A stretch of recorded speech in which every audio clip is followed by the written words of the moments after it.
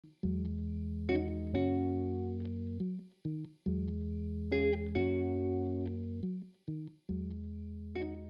guys, welcome back to the channel. I have another video for you today. It's going to be a short and sweet one on how I archive my film negatives. And I've received quite a few questions on this recently, and honestly, it is something that when you're starting out with film, you don't really know if you need to do. You send your film into a lab and you don't know if you should get your negatives back, if you should have your lab toss them, or if you do want to get your negatives back, your lab usually gives you all kinds of different options, whether you want them cut, not cut, cut to a certain amount. And honestly, there's a lot of uncertainty if you're just getting into film, and oftentimes you don't know what to do. I know when I first sent my first few rolls into the lab, I had no clue what to do. So I actually didn't even get my negatives back, and I'm very bummed about that because some of my first photos from a trip to Iceland in 2016, all I have is a few digital scans and I don't actually have the true hard copies of them. With the current situation, I'm finding myself having a ton of time inside, and just recently I received a massive amount of negatives from my lab here in San Francisco, PhotoWorks, and I always love it. They put all of my negatives in these tiny little like Chinese food boxes, which I find is really cool. And yeah, I'll take you through a few of these rolls and just show you how I archive my negatives. So first things first, the few items that you're going to need in order to start archiving your film negatives are these archival sleeves by a company called Printfile. They come in 35mm, 120, 4x5 format for whatever you need them for. And secondly, you'll need some place to house all of those files. I have this best file binder. It is this beautiful, dark, super sturdy folder that just fits a ton of negatives inside.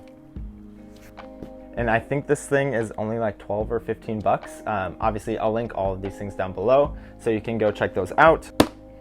The next, you need a scissors. I know some people use X-Acto knives, all kinds of different cutting utensils. Scissors are really all I need, and I find them perfectly useful. Once you get all of your negatives into the sleeves, you're going to need to somehow label them, so just a Sharpie works great. And last but not least, obviously, you'll need your film negatives.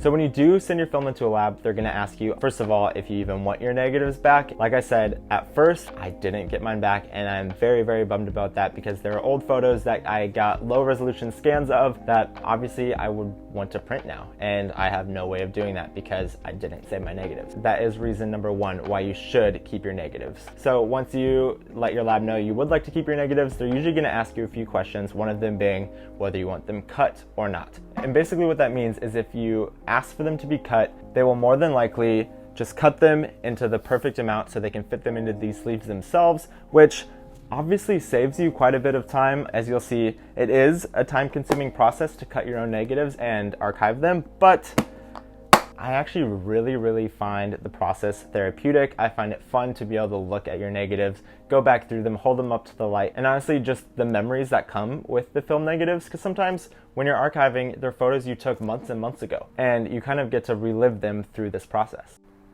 So what I'll do first is I'll grab my little takeout container full of film, I'll pull out the roll that I want to archive, and then I hold it up to the light.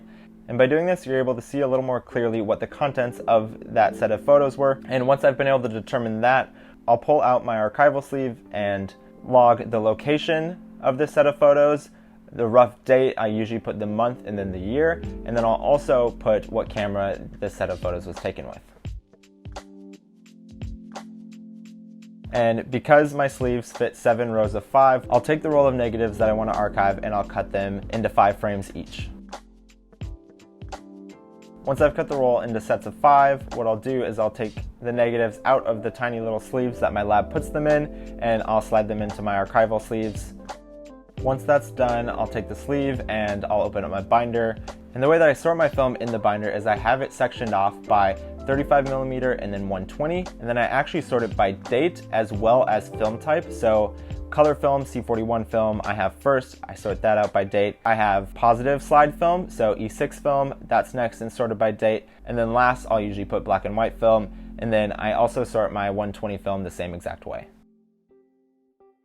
Alright guys, that is my process for archiving my film negatives. Obviously, a lot of people probably have different ways of archiving their film, so if you archive your film differently, I'd love it if you could drop a comment down below and let me know. But yeah, I had a lot of fun putting this one together. I hope you guys enjoyed it. Make sure to hit like, subscribe if you haven't yet, and until the next one.